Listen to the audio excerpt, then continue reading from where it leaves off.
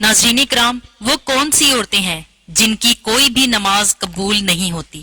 ایک مرتبہ ام حمید رضی اللہ تعالی عنہا رسول اللہ صلی اللہ علیہ وآلہ وسلم کے پاس آئیں، کہتی ہیں یا رسول اللہ صلی اللہ علیہ وآلہ وسلم، میرا جی چاہتا ہے کہ میں آپ کے ساتھ نماز پڑھوں۔ سوچے اس سے بڑی کوئی تمنا یا اس سے بڑی کوئی خواہش ہو سکتی ہے کہ رسول اللہ صلی اللہ علیہ وآلہ وسلم کی امامت میں نماز پڑھنے کا موقع مل جائے؟ اس سے بڑا بھی کوئی خوش نصیب ہو سکتا ہے؟ رسول پاک صلی اللہ علیہ وآلہ وسلم نے فرمایا، میں جانتا ہوں کہ تم میرے ساتھ نماز پڑھنے کو پسند کرتی ہو، لیکن میں کیا کہنا چاہ رہا ہوں ذرا غور سے سننا۔ رسول پاک صلی اللہ علیہ وآلہ وسلم نے فرمایا، جو تم اپنے دار میں یعنی اپنے گھر میں نماز پڑھو گی وہ کسی مسجد میں جا کر پڑھی جانے والی نماز سے بہتر ہے۔ رسول پاک صلی اللہ علیہ وآلہ وسلم نے فرمایا، چھپ کر جو عورت نماز پڑھے گی وہ سب سے بہتر ہوگی۔ ام حمید رضی اللہ تعالی عنہا نے جب یہ بات سنی تو وہ واپس چلی گئی۔ انہوں نے گھر کے کونے میں نماز کی جگہ مخصوص کی جہاں اندھیرا تھا، جہاں کسی کی نظر بھی نہیں پہنچتی تھی۔ رسول پاک صلی اللہ علیہ وآلہ وسلم کی صحابیہ پھر وہاں ہی نماز پڑھا کرتی، یہاں تک کہ وہ اپنے رب کے پاس چلی گئیں۔ محترم ناظرین، کیا آپ نے کبھی یہ سوچا ہے کہ کوئی عورت گھر کے کام کاج کر کے، بچوں کو کھلا پلا کر، شوہر کی فرما برداری کر کے، جب اس کا تھکاوٹ سے برا حال ہو جائے، سردی کا موسم ہو، رضائی اور کمبل میں لیٹی ہوئی ہو، سردی سے تھر تھر کانپ رہی ہو، اور پھر اللہ کی پکار یعنی اذان کی آواز سن کر گرم کمبل چھوڑ کر وہ عورت سخت سردی میں ٹھنڈے پانی سے وضو کرے، ٹھنڈے پانی اور سردی کی وجہ سے جسم کے رونگٹے کھڑے ہو جائیں، سردی سے جسم کانپ رہا ہو، سردی ایسی ہو کہ دانت بچ جائیں، پھر بھی ایسی عورت اللہ تبارک و تعالیٰ کی رضا اور ثواب کی نیت سے وضو کرے اور پھر سردی کو برداشت کر کے نماز ادا کرے اور اس کی نماز قبول نہ ہو؟ کیا ایسا ہو سکتا ہے؟ جی بالکل ناظرین، کیونکہ رسول پاک صلی اللہ علیہ وآلہ وسلم نے فرمایا تھا کہ جو عورت جوان ہو جائے جب تک سر پر دوپٹہ نہیں ہے اس کی نماز قبول نہیں ہوتی۔ آپ نے یہ بھی فرمایا کہ جب اپنے بالوں کو نہیں ڈھانپتی اس کی بھی نماز قبول نہیں ہوتی۔ رسول پاک صلی اللہ علیہ وآلہ وسلم نے فرما دیا کہ اگر کوئی عورت خوشبو لگا کر مسجد میں جاتی ہے اور اس کی خوشبو دور تک پہنچ جاتی ہے تو جب تک یہ غسل نہیں کر لیتی اس کی نماز قبول نہیں ہوتی۔ اس لیے فرمایا، اے عورتوں کی جماعت، تم میں سے کوئی مسجد میں جانا چاہیں تو خوشبو لگا کر نہ جایا کریں۔ مشکات المصابی کی روایت ہے کہ جب تک ایسی عورت غسل نہیں کر لیتی اس کی نماز قبول نہیں ہوتی۔ خداوند کی نافرمانی کرنے والی عورت، حدیث کے الفاظ ہیں، 3 ایسے لوگ ہیں جن کی نماز قبول ہونا تو دور کی بات ہے، کان سے اوپر بھی نہیں جاتی۔ وہ کون سے لوگ ہیں؟ ایسا غلام جو مالک کی اجازت کے بغیر دوڑ گیا، وہ جا کر تہجدیں بھی پڑھے گا تو قبول نہیں ہوں گی۔ ناظرین، ایسی عورت جو اپنے خاوند کو ناراض کر کے رات گزارتی ہے اس کی نماز قبول نہیں ہوتی۔ رسول پاک صلی اللہ علیہ وآلہ وسلم نے فرمایا، کیا میں تمہیں ایسی عورتوں کے بارے میں نہ بتاؤں جو قبر سے سیدھا جنت میں چلی جائیں گی؟ صحابہ کرام نے عرض کیا، یا رسول اللہ صلی اللہ علیہ وآلہ وسلم، بتائیں کہ وہ خوش قسمت اور خوش نصیب عورتیں کون کون سی ہیں؟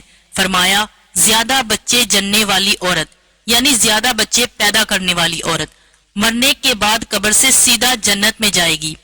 پھر فرمایا، جب شوہر ناراض ہو جائے تو شوہر کو جلد راضی کرنے والی عورت، جب شوہر ناراض ہو جائے تو شوہر کے ہاتھوں میں ہاتھ رکھ کر جو بیوی کہتی ہے، اے میرے سرتاج، جب تک آپ راضی نہیں ہوں گے میں کھانا نہیں کھاؤں گی، جب تک آپ راضی نہیں ہوں گے میں پانی نہیں پیوں گی، جب تک آپ راضی نہیں ہوں گے میں بناؤ سنگار نہیں کروں گی، جب تک آپ راضی نہیں ہوں گے میں زیب و زینت نہیں کروں گی، جب تک آپ راضی نہیں ہوں گے میں اس وقت تک اپنی آنکھوں میں کاجل یا سرما ہرگز نہیں لگاؤں گی۔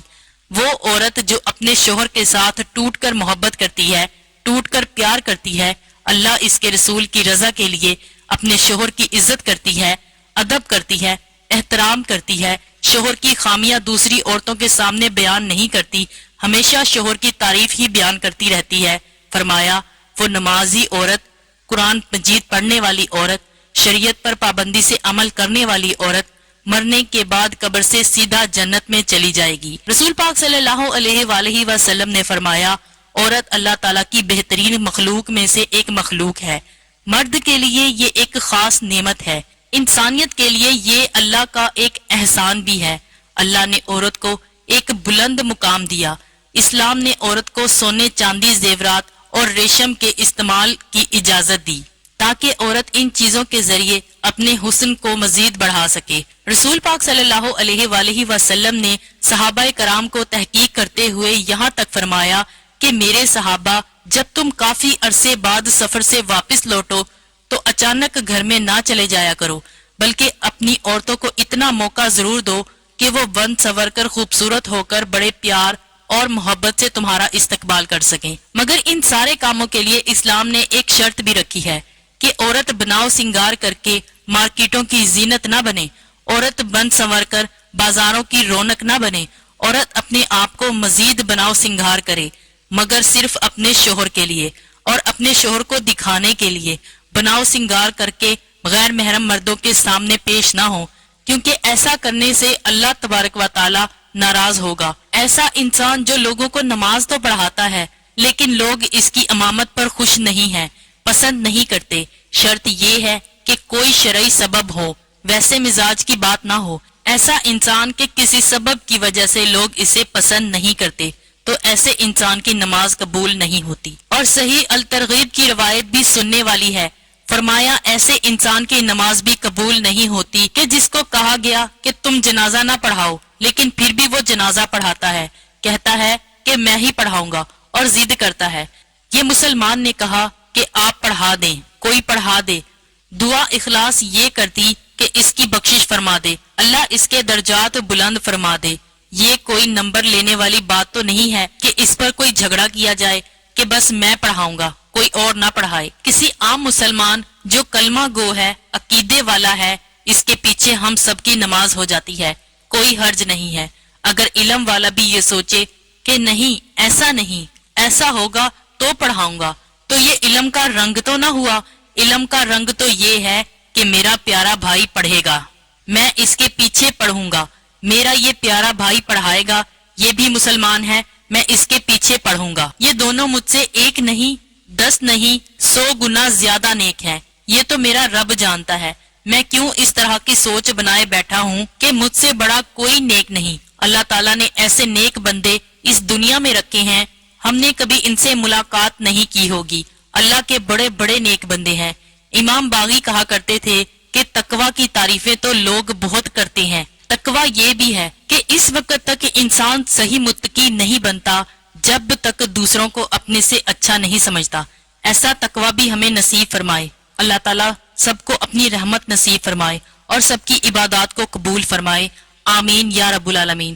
ناظرین، آپ سے گزارش ہے کہ آج کی اس معلوماتی ویڈیو کو لائک اور شیئر کر دیجیے گا اور ہمارے اس چینل کو سبسکرائب کر دیجیے گا۔